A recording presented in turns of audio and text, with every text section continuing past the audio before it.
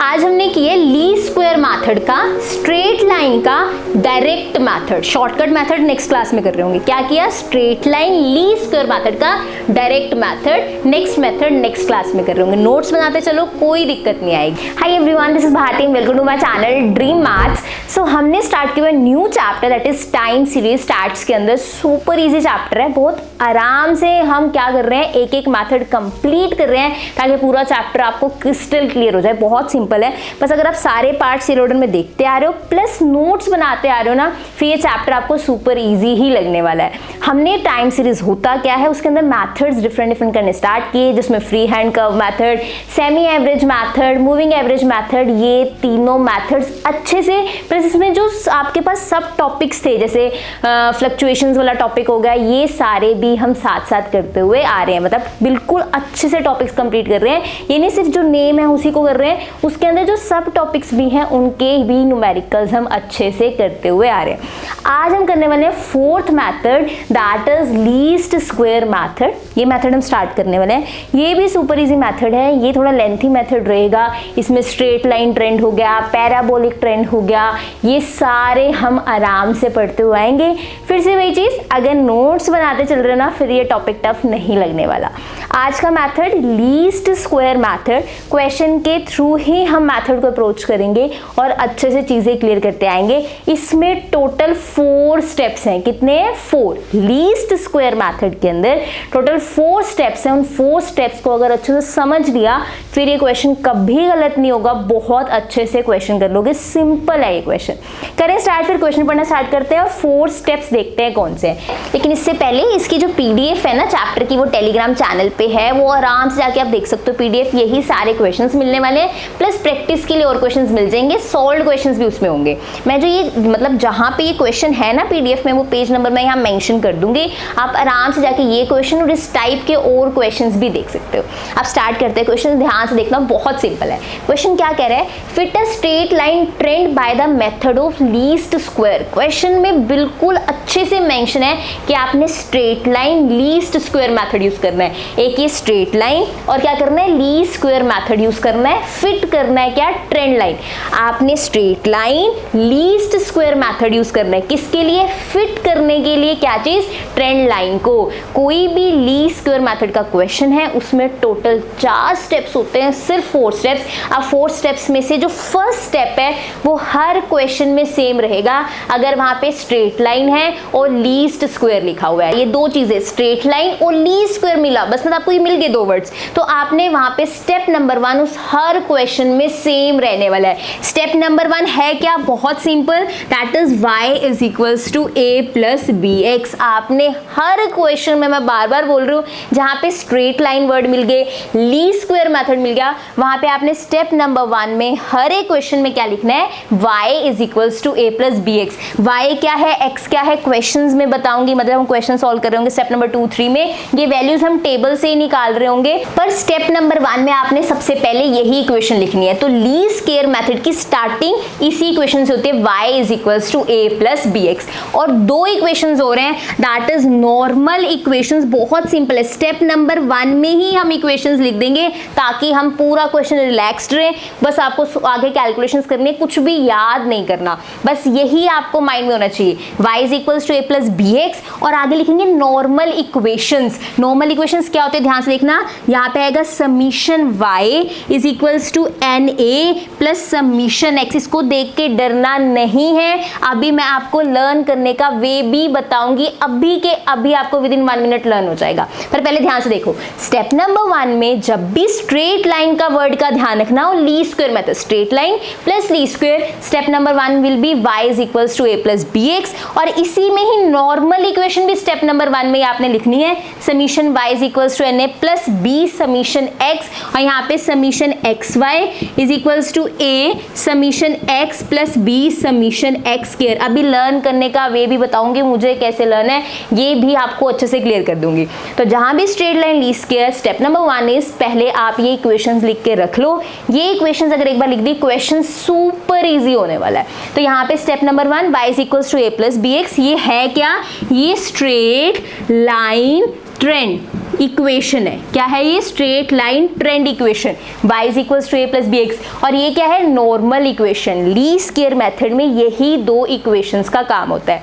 हमारे पास इक्वेशन होती है y equal to a plus b x. हम पूरा क्वेश्चन किस लिए कर रहे होते हैं? इन ए बी की वैल्यू निकालने के लिए कर रहे होते हैं। लीस्ट स्क्वायर मेथड के अंदर पूरे क्वेश्चन में कैलकुलेशन इन ए बी की वैल्यू निकालने के लिए कर रहे होते हैं। अब इन ए बी की वैल्यू कैसे निकलती है? तब उसके लिए हमें इन नॉर्मल इक्वेशंस की हेल्प लेनी पड़ती है।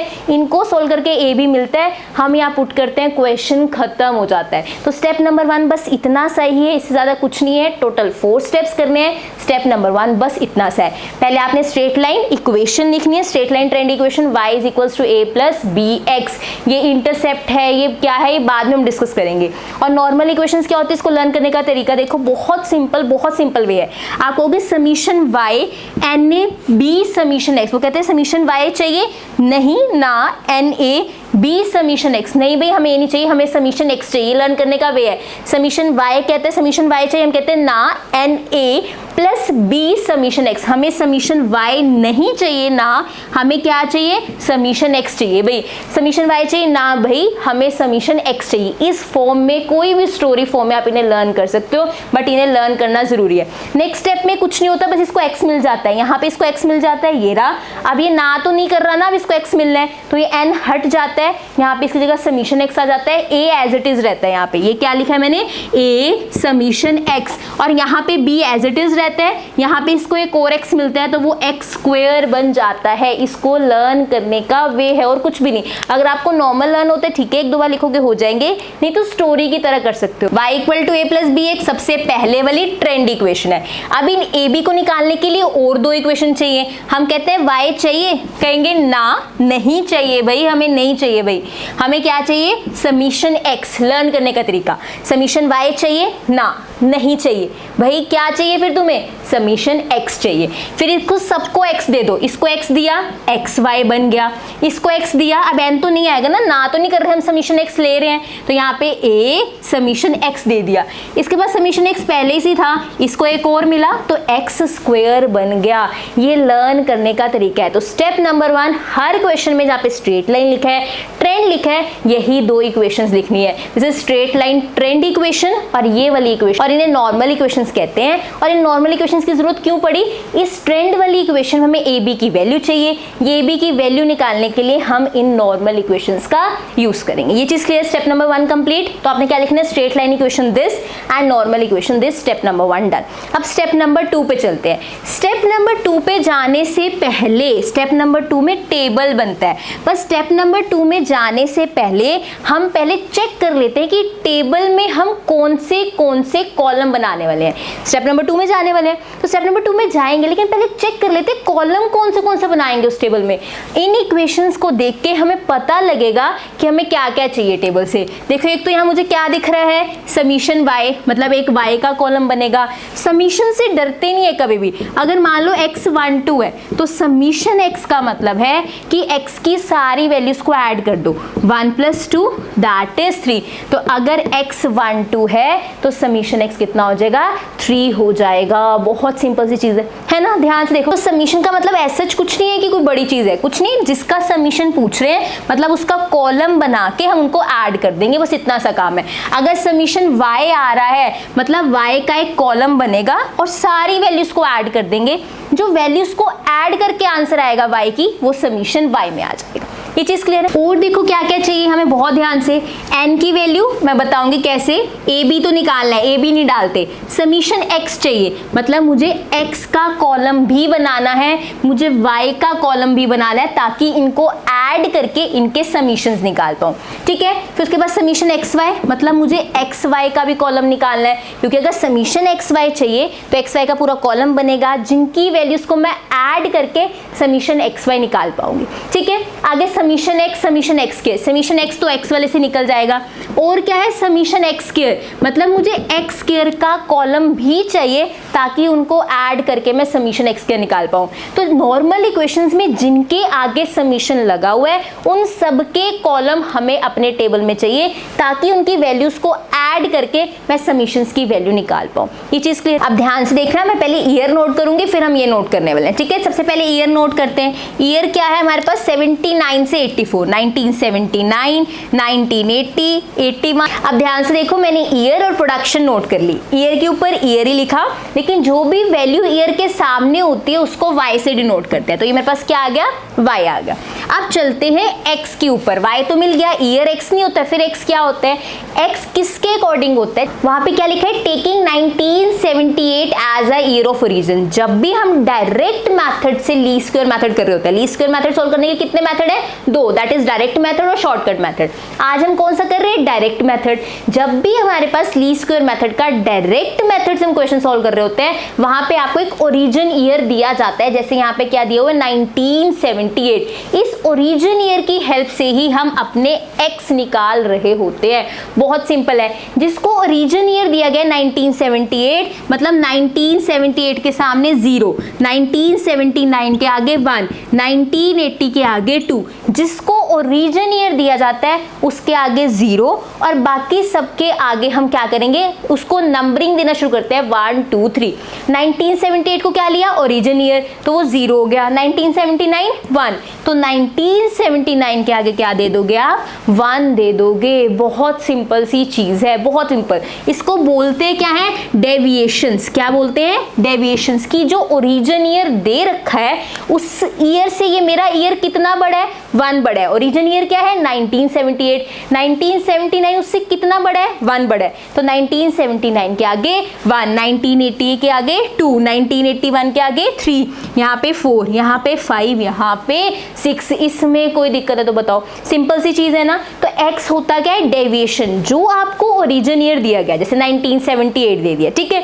अब उस ईयर से बाकी जो ईयर स्टार्ट हो रहे हैं क्वेश्चन में, उससे कितने दूर है। जैसे 1978 ओरिजिन ईयर था, तो 1979 1978 से कितना दूर है, 1, तो यहाँ पे 1 आ जाएगा। 1980 कितना दूर है 1978 से, 2, तो ये डेविएशन, मतलब डेविएशन कितना दूर है मेरे ओरिजिन ईयर से, तो इसको बोलते हैं डेविएशंस फ्रॉम ओरिजिन ईयर। इसी को हम x बोल देते हैं, डेविएशंस फ्रॉम ओरिजिन ईयर। जैसे ये था तो प्रॉफिट, लेकिन हम इसको y बोल रहे थे, ये है डेविएशंस फ्रॉम ओरिजिन ईयर, लेकिन हम इसको x बोलेंगे। तो x 1 2 3 4 5 6। ये सुपर सिंपल क्वेश्चन है, बस एक बार समझने में टाइम लगेगा, उसके बाद आपके लिए बहुत सिंपल है। चले आगे। अब x मिल गया। अब हमने शॉपिंग लिस्ट तैयार की थी कि क्या क्या चाहिए, करी थी ना तैयार। बहुत सिंपल है, मुझे y का कॉलम चाहिए था, मिल गया। मुझे x का कॉलम चाहिए था, मिल गया। मुझे एक्स वाई का कॉलम भी चाहिए, तो यहाँ पे एक एक्स वाई का कॉलम भी बनाएंगे। 5 1 द 5, 7 2 द 40, 9 3 द 27, 10 4 द 40 आ जाएगा, 12 5 द 60 आ जाएगा, 17 6 द 102 आ जाएगा। तो हमें एक्स वाई का भी एक कॉलम चाहिए था, वो मिल गया हमें। आगे किसका कॉलम चाहिए, एक्स स्क्वायर का, तो एक एक्स स्क्वायर का कॉलम भी बना लेते हैं। तो स्टेप नंबर 1 में आपको ये इक्वेशंस तो लिखनी होती है, प्लस आपको क्या करना होता है, उसके अकॉर्डिंग यहाँ पे एक लिस्ट तैयार करो कि आपको टेबल में कौन से कॉलम बनाने। कुछ रट्टा नहीं लगाना, कुछ क्रैम नहीं करना, जस्ट सिंपल इन इक्वेशन से लिस्ट निकालते हैं। अब एक्स स्क्वायर करेंगे, that will be 1 4 9 16, 5 5 the 25, 6 6 the 36। इन सब के स्क्वायर होना, 1 into 1 that is 1, 2 into 2 4, 3 into 3 9। 3 का स्क्वायर का मतलब क्या हुआ कि इसको 2 बार मल्टीप्लाई कर रहे हैं, 9 आ जाएगा। 4 का स्क्वायर 16। ऐसे सारे स्क्वायर्स आप कर दोगे। ये चीज क्लियर है। जो हमने लिस्ट बनाई थी उस किसके अकॉर्डिंग बनाई थी कि इनके समीशन चाहिए। समीशन का मतलब ये जितने भी कॉलम हमने बनाए हैं उन सबको ऐड करके मुझे वैल्यूज चाहिए। समीशन का मतलब यही था, तो हम इन सबको ऐड करने वाले हैं। तो आप क्या करोगे, कैलकुलेटर से इन सारे कॉलम्स को ऐड करके वैल्यूज लिखो जल्दी से। तो जब आप ऐड करोगे वैल्यूज, इस कॉलम को ऐड करोगे 60 आएगा, मैंने समीशन बाय 60 लिख दिया। यहाँ विजिबल नहीं हो रहा होगा ना, नीचे साइड पे लिख दिया, आपने नीचे लिखना है, ठीक है।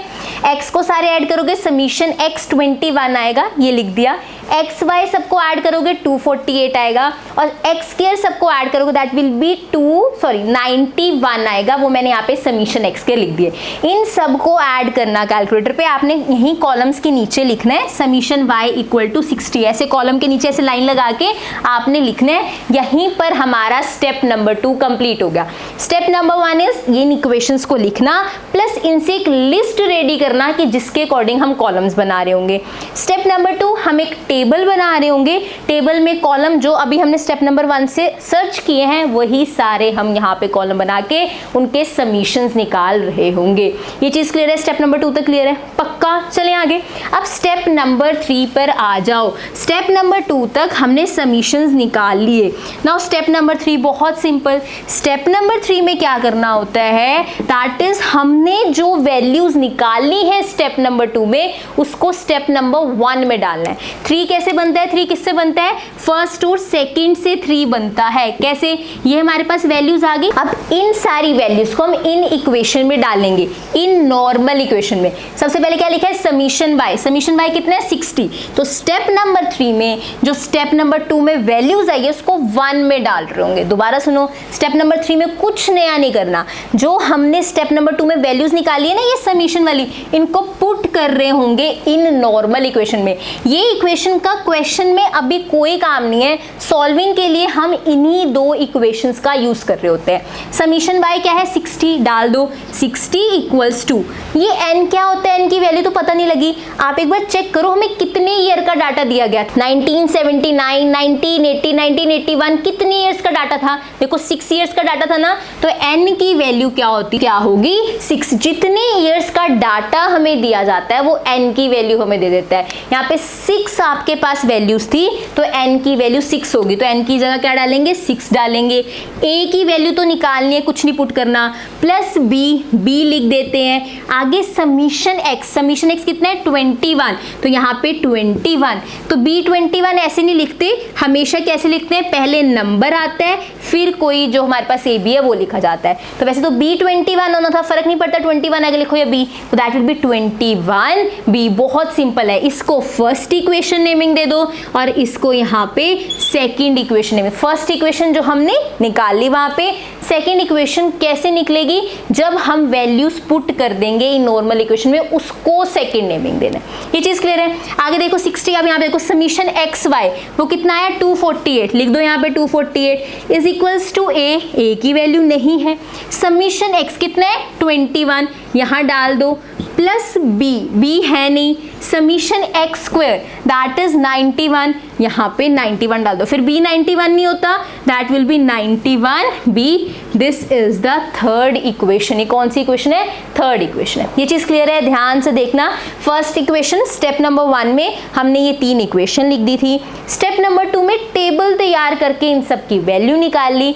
Step number 3 is a mixture of first and second. जो भी स्टेप नंबर 2 में वैल्यूज मिली है उनको नॉर्मल इक्वेशन में डाल दो। लीस्ट स्क्वायर मेथड में सारी कैलकुलेशन इन नॉर्मल इक्वेशन से ही होती है। ये लास्ट में पुटिंग के काम आता है, बस ऊपर वाली इक्वेशन। ये नॉर्मल इक्वेशन ही हम सॉल्व कर रहे होते हैं। ये सेकंड थर्ड इक्वेशन आ गई, इसे a21 नहीं 21a लिख लेते हैं। ये चीज क्लियर है? चले आगे, सिंपल है ना। अब आगे ध्यान से देखो, अब हम क्या करते हैं, बहुत इजी है। जो a का कोफिशिएंट है उसको हम ऊपर मल्टीप्लाई कर देंगे पूरी इक्वेशन से, और जो ऊपर a का कोफिशिएंट है उसको नीचे वाली पूरी इक्वेशन से मल्टीप्लाई करेंगे।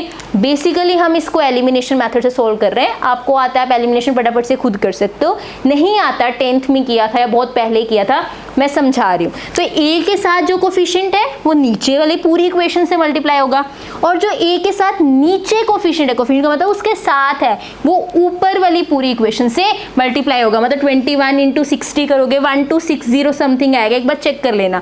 यहाँ पे 126 से आएगा, प्लस 21 इंटू 21 मल्टीप्लाई करोगे, देखना क्या आ रहा है। यहाँ पे आप लिख रहे होगे, ऐसे ही आप 6 को 248 से करोगे 1488 समथिंग आ रहा होगा।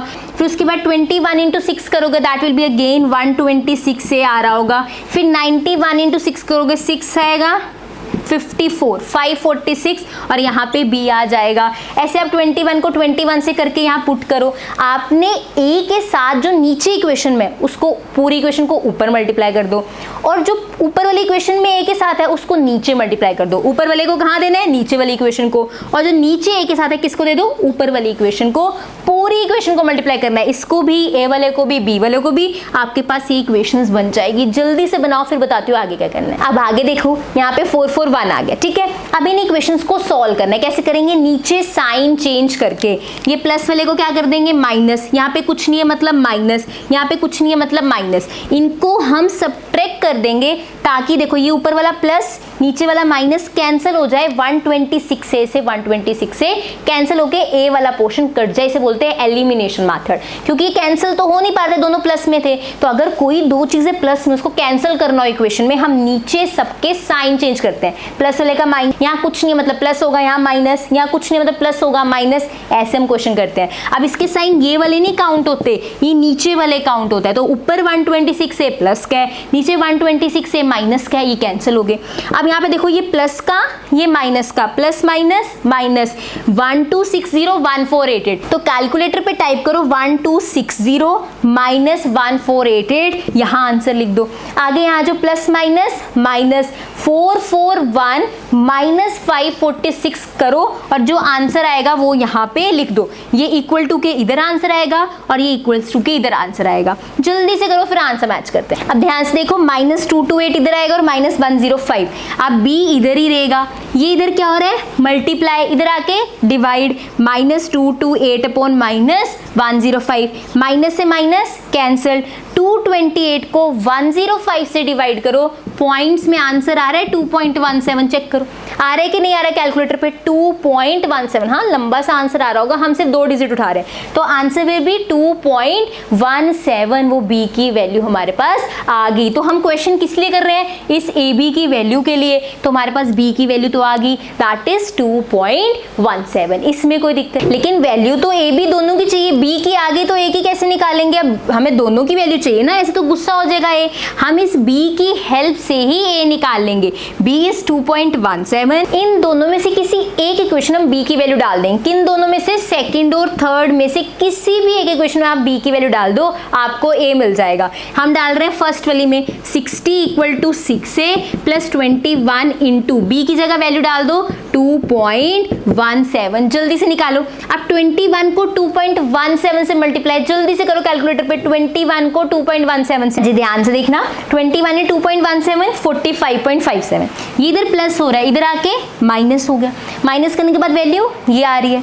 अब a के साथ 6 मल्टीप्लाई और इधर आके डिवाइड हो जाएगा, तो जब 14.43 को 6 से डिवाइड करोगे 2.40 आ। सो a की वैल्यू क्या आ गई 2.40। तो हमने स्टेप नंबर 3 में क्या किया, जो भी स्टेप नंबर 2 में वैल्यूज आई थी 1 वाले स्टेप में डाल के, इक्वेशंस में डाल के उनको सोल्व किया और a और b की वैल्यूज निकाल ली। बस स्टेप नंबर 3 कंप्लीट है बिल्कुल। अब करना क्या है, हमने ये y = a + bx में a और b की वैल्यू डाल दो। a की वैल्यू क्या है 2.40, b की वैल्यू क्या है 2.17, x और यहाँ पे क्या आ जाएगा y। This is the required trend equation. Step number 3 में यही करना है, बहुत सिंपल है। स्टेप नंबर 1 इज इक्वेशंस हमें आनी चाहिए, प्रॉपरली लिखनी है, प्लस एक लिस्ट तैयार कर लेंगे कि इस लिस्ट के अकॉर्डिंग हम स्टेप नंबर 2 वाला टेबल बना रहे होंगे।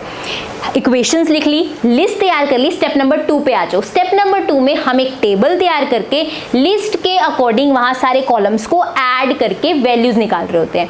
स्टेप नंबर 3 में जो इतनी मेहनत की है, सबमिशंस निकाले हैं, उनको इक्वेशंस में डालेंगे, सॉल्व करके ए बी की वैल्यू निकालेंगे। जैसी ए बी की वैल्यू निकल गई, इस इक्वेशन में ट्रेंड लाइन इक्वेशन में हम ये डाल देंगे। This is the required trend line equation. यहीं पर आपका काम खत्म हो जाता है, दैट इज स्टेप नंबर 3 का।